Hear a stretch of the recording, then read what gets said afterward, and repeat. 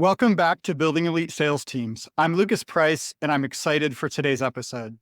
We have a great discussion today for you about building a people-centered sales organization, including talking about connecting your company's mission to the goals and aspirations of individual team members. Zahra Jiva is the Director of Sales Strategy at Pipedrive. She joined the company 4 years ago and manages sales teams serving all global regions. She's responsible for defining and implementing the global sales strategy to help the company grow its business. Before joining Pipedrive, Zahra led sales teams at Uniplaces and Tripwix.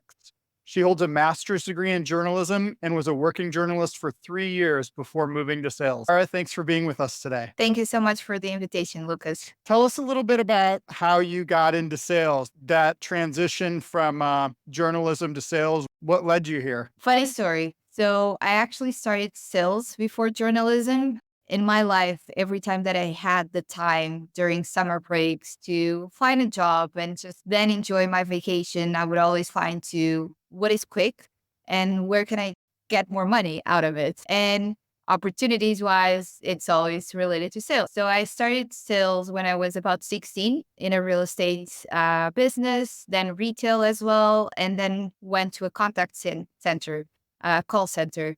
That was actually my first job opportunity, the call center that allowed me to, through commission, buy a car, really old car, but super proud because it was the first achievement. So that's when I started sales. And when I decided I want to do my master and I want to study a bit more, it's hard for you to identify where sales is when it comes to study wise. And then everyone is just like, no, you need to find a real career opportunity, and sales, it might be too stressful. What is everything else that you like besides sales? I love communication and I love talking to people and spending time with people. And for me, journalism was the closest thing that I had to having an opportunity of speaking with others. So I decided, let me study journalism. After college and my master's degree, I started having like internships and then working in the area for about 3 years, as you mentioned. And after a while, I was just like, this is really not for me. I want more out of a career progression and a job opportunity. And luckily, I found Uniplaces that was looking to hire individual contributor, helping students finding home in the Spanish market. And that's where then I started developing my career until now. How did your prior sales experience help you as a journalist? And then how did your journalist experience help you come into sales and sales leadership? I think they work super closely without people even realizing. So sales to journalism, I think not having afraid to just jump onto an opportunity and be outspoken and communicate, being able to communicate to others. And I think most of all, not being afraid, because in sales, either you go for it or you're going to get crushed by it. So Yeah. being in sales helped me getting interviews with others, like approaching someone on the street, knowing that I had a story there to tell, and people are not comfortable at the beginning, tell you their story, and you just making them feel comfortable, trusting you as well, and being openly disclosing their story. I think sales helped me when I started becoming a journalist. And then the other way around, from journalism to sales, I think communication skills, because I did live TV as well. Then it allowed me to be more comfortable as a public speaker with others, different personalities as well, being able to approach different audiences, because in journalism, you also need to be mindful of your surroundings and adapt your language, adapt your tone, also your manners. And journalism definitely helped me when I went back to sales to continue my career. I would imagine on live TV as well, there are times when you have a very short amount of time to tell a story, and that translates well to sales. 100%. Or the other way around, where you have a lot of time because you need to fill in. And sometimes you're just broadcasting and you have a live event and you have a specific moment, but then you're not going to cut into a break and they need you to stay longer. And you'll need to find different ways to approach it and still have your audience engaging. So it's that part. But on the other side is, on a short period of time, how can you make sure that someone stays with you in that moment in time. So over the phone, or in that case, as a journalist, watching me. So type of words, the structure itself. So either way, it helps improvising a lot. Yeah.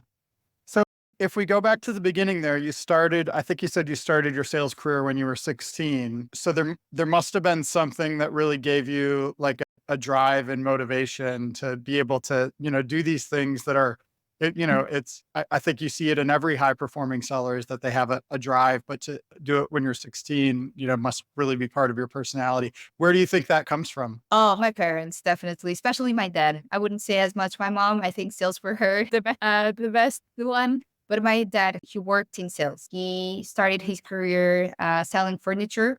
So I was always around, it was either furniture or IT. So I was around that environment. I always saw him pick like a bed or a mattress or even the smaller things. And then when it came to IT, him being super interested on technology and development, it was from him. Not that he wanted or ever thought that I would go into this career.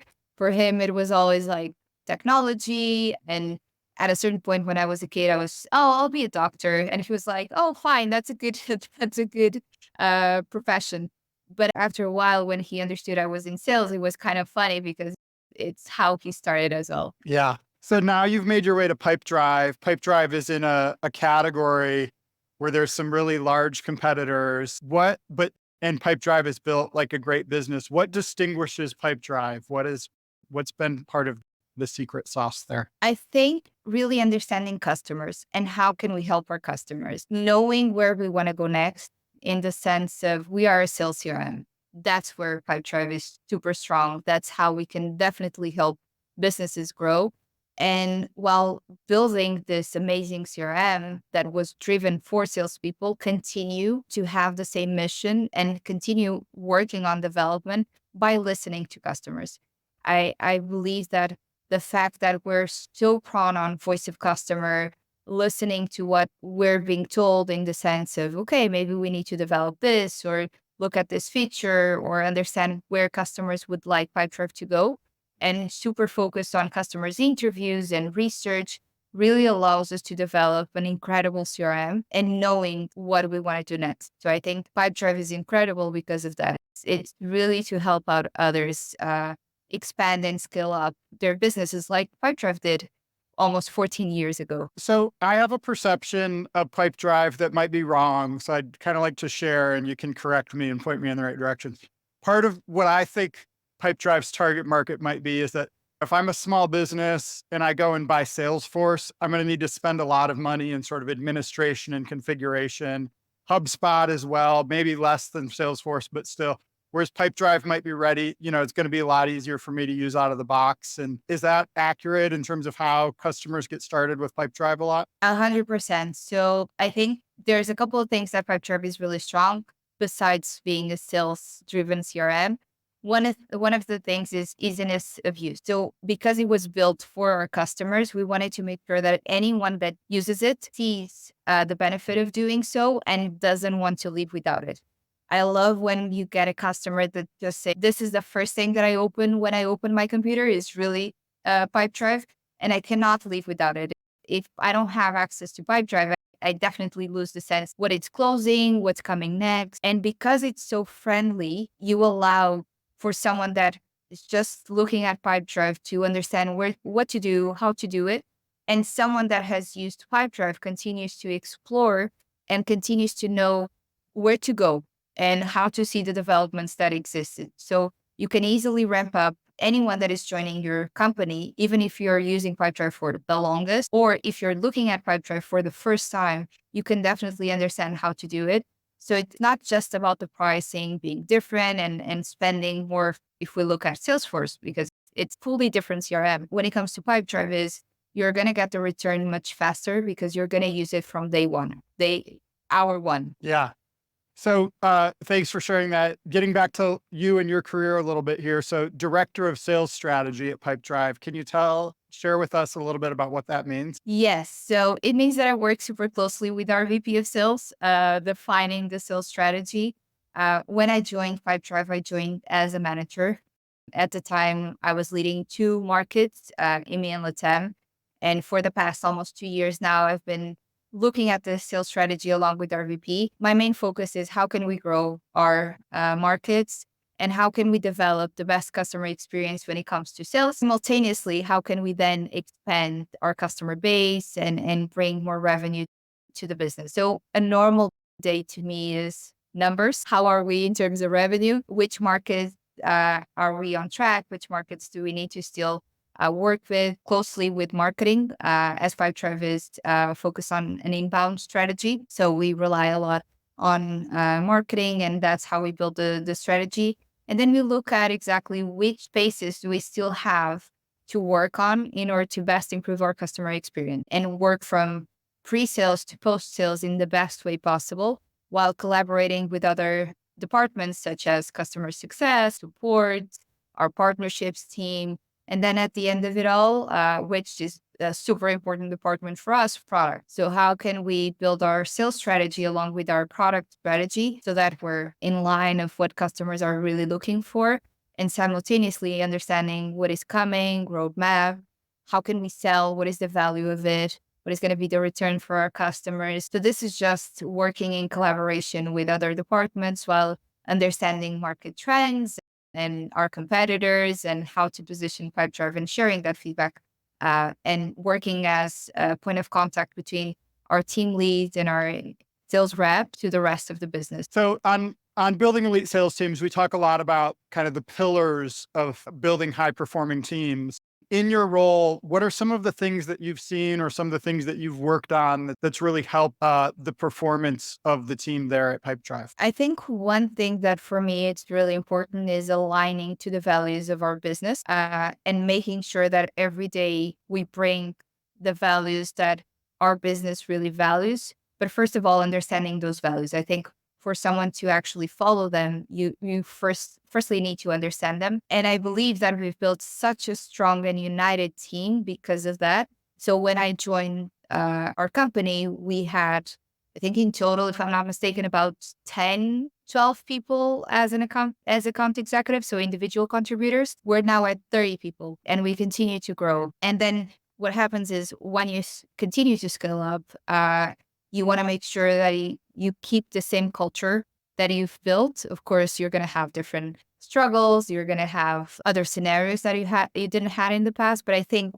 while building such a strong performance team, first of all, is they are individuals. They're also looking to grow. We need to connect the mission of the business to their own mission as well, and then helping them throughout the whole process while Pipedrive grows. I think for me, it's really important. People driven, it would help me and our team be such a strong team. One thing that we often say is we're one team. They all have their individual commission. They all have their individual attainment to reach. But at the end of the day, we're a team and we have a company goal. We have a department goal. How can we get there as a team? So that's the strongest message that we always send. And for me, it's a one team approach. I love that. Can you give me an example of how you connect the mission of the business to the individuals in the business? Of course. So I think the mission of the business is, first of all, understanding the strategy. One thing that we made sure to implement while we've grown the team is sharing the results, not just the sales results, because they are really close to that, but also the company result. First of all, I think data and really explaining how decisions are made and how they are made. I think that's the first step for someone to understand, why are you making that decision over another one? Why are you prioritizing this project over the other? Or why are you thinking of segmenting each type of customers over the others? I think connecting the data to your decision making is super important while explaining the mission of the business. I think it's also important that beginning of the year, you also explain your goals and where you're heading, just so that it doesn't come as a surprise. You might shift, it might adjust because we're volatile in that sense, because we're adjusting to the market as well. But at the end of the day is be transparent, be open with your strategy so that people understand where are we going. One of the things, if you ask any pipe driver, hopefully I'm not mistaken, but if you ask anyone that is applying to a job opportunity here at Pipedrive, And often the question that we get is, why do you continue at Pipedrive? Why do you stay? There's two things that you always get. One is people. We're people driven, and it's because of our teams and employees. And the other one is product, because we love the product, because we call it sexy in a sense because it's so easy to use, and it's helping others, and at the same time it's evolving. So we always get the product in people, and you get that because of the mission. Our mission is helping sales team and sales companies to grow while using our CRM. What are some of the distinct attributes of a people-driven company? How would they be different from if you were out there, looking for a job or whatever, what would you look for and say, oh yeah, this is a people-driven company? Rewards. I think I'd start with that. How do you reward your teams? And then how do you unite your team? So for example, one thing that we always make sure is have a budget for events and be consistent on the events. Don't allow for like 1 month I'll do a team event, maybe in 2 months I'll do another one. Let's see if I have time to organize or think about a team event. No, be consistent. If you're delivering one, let's plan for the rest of the year. If, for example, you want to do a bigger one, maybe that justifies the fact that you're not going to have every month. So for me, people-driven events. One thing that we implemented starting last year, maybe 2 years actually, was an offsite, as our team is now located in 3 places. So we have a team in the United States, we have another one in London, and another one in Portugal. It's hard to make sure that they get together, they talk about their roles, because they do exactly the same thing, but in just different time zones, right? So we've implemented an offsite. That is, we select a place where we have a Pipedrive office and we bring everyone to that place. It's a week in which we have sessions throughout the morning. Different sessions might have sales speeches, which we would have external people coming in, or just other departments sharing what is their vision, their strategy, or Q&A sessions. And then afternoon is no fun in the sense it's working time so that we don't lose the full week, but it's a moment, it's a week that we get everyone in the same space. And it has been so incredible to see how it brought the team closer and the value that they gave because we're doing that. The other aspect is we get to have, for example, fireside chats with some of our executive members or more senior leadership. We do webinars or podcasts with different topics and themes just for our internal teams. We also have other events that our offices team work. So it really focuses on people and how others see Pipedrive. We also look at investing in their professional growth. So which courses can we bring on that they can select out of a portfolio, a catalog that they can decide which one would they like. It can even be different than sales. It's up to them. And then we also dedicate every month coaching sessions for them. Either they are developing product skills or soft skills, it's one or the other, in which, again, we're here to help them at the same time. So always learning something new and something that they can take on. That also shows the investment that Pipedrive has over people. Yeah. These are a lot of great ideas, I think, around, how to, the way you said it was connect the mission of the business to the individual. I think that I would imagine there's also, when you're evaluating bringing new people into Pipedrive, are these people that are going to connect to our mission? Is that accurate? And how do you look at that? How do you consider that during the hiring process? Yes, that's a really good question. We actually have I wouldn't say long, but we have a lot of steps when we are hiring someone to join our business. The reason why is there's 2 aspects that we want to make sure: culture fit and then department fit. Because we have our values already really defined, we just want to make sure that anyone that we'll bring in will respect and will look at those values every single day. And then we have the department fit. So what we do, for example, they have a hiring interview. They have an interview with the hiring manager, followed by a simulation, a task. It depends on which department you're applying, right? When it comes to sales, it's a task around how would you sell. And then after that, we do a team interview. So we select the more senior people in our team. That it's really an informal conversation, but they'll ask anything and everything. So it can be from sales to personal questions. It's up to them. And then the candidate also can ask questions to the team. So you can sense if it's going to be a match, or if it's not fully a match, what is the aspects that the team has brought up that as a manager, you would probably not see fully because you're more focused on, is that person going to sell? And is that person going to have the cultural fit overall as a business? And then they go on to the last step, just with an interview with the VP, or in that case, it could be with me. So that is one aspect while we're hiring, that we make sure that we see, is that people going to match what Pipedrive is looking for and what the department is also looking for. The department piece, I think, is probably fairly intuitive. Like when you're hiring a seller, you're looking for different traits than when you're hiring an accountant, right? And can you give us an example of like some of the culture fit items that are, that have been defined at Pipedrive? You don't have to go through all of them, but just kind of give us a flavor of the Pipedrive culture pieces. One thing that we look is, one of our values is don't ruin other people's day. So you might have your targets, or you work in accounting, for example, and you have end of year, you're stressed, you have a tight deadline, and sometimes you're just annoyed or you're not having the best day. But what we look is, even if you're having a bad day, you shouldn't let that energy go on to the person that you're meeting. That is really important. It's not just about being respectful, it's about the energy that you bring in. And when, for example, we're in the interview process, one of the things that we'll ask is, imagine that you had a bad day.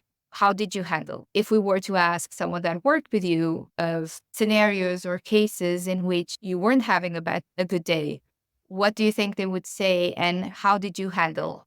What would be their perception of how you've handled it? If there was improvement areas from others, what do you think they would tell us? And you can already sense if people are being honest and truthful, or if there's aspects that they haven't dealt in the best way possible, but they recognize it. And I think for me is being aware that you can work on those traits, because none of us, we're not perfect, and we all have parts that we need to work on.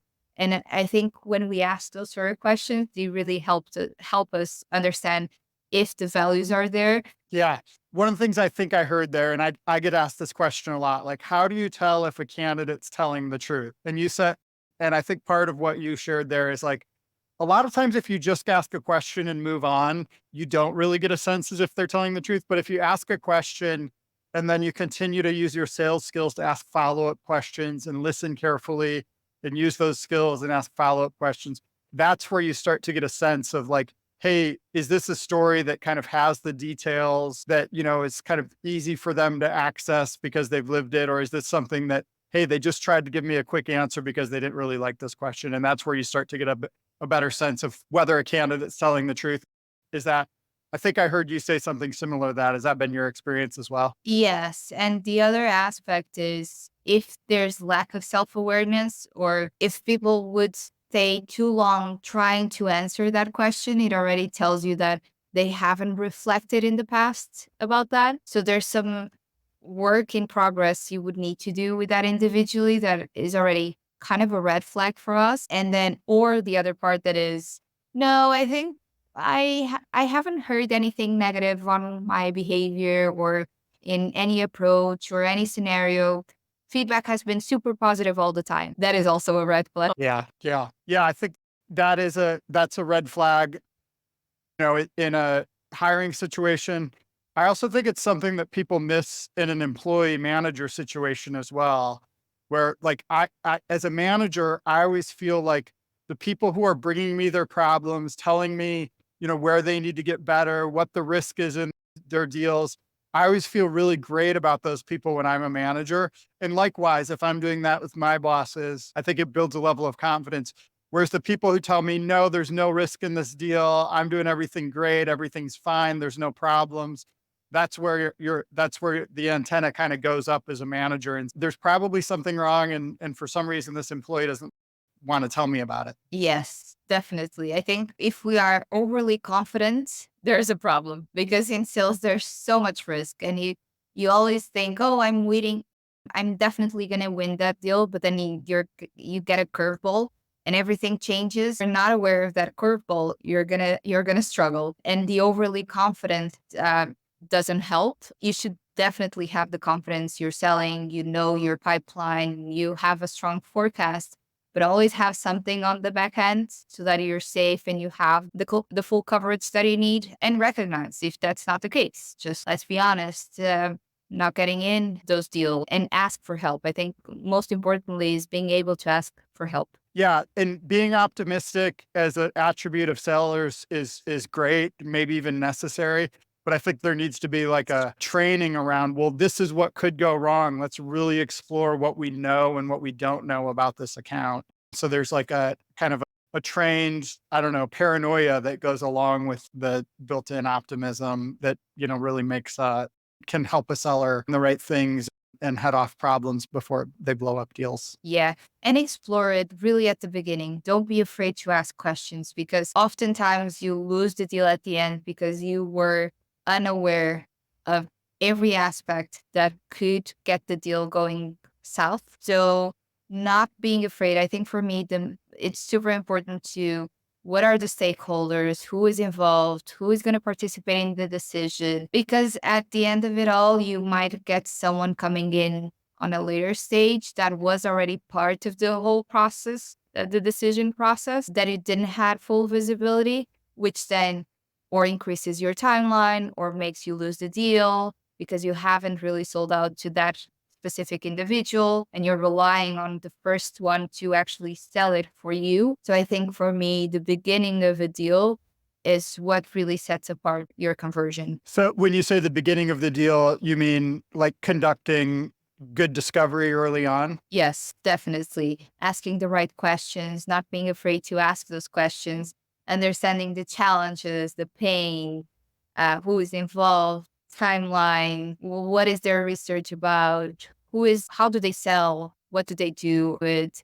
I think a strong discovery call, it's going to lead you to success. So this is something that we hear a lot in sales, is that the best sellers are very willing to disqualify deals early on. And yet, there are a lot of sellers who they're having that initial call and they want to hold on. They want to try to qualify the deal in instead of qualify it out. How do you help those sellers get better at understanding, asking the question that they might be afraid to ask and being willing to qualify out instead of trying to hang on to a deal, hoping that it might turn into something great? So one thing that we introduced that I think it was the game changer is sales is really focused, our side is really focused on revenue, but we have an impact on our company's churn, because if you sell it wrongly, then it means that if if in the future they end up not coming back or deciding to cancel their account, it was a deal that you brought in, but after a month or so, it actually doesn't have any value. So we connected our churn to sales, not fully, because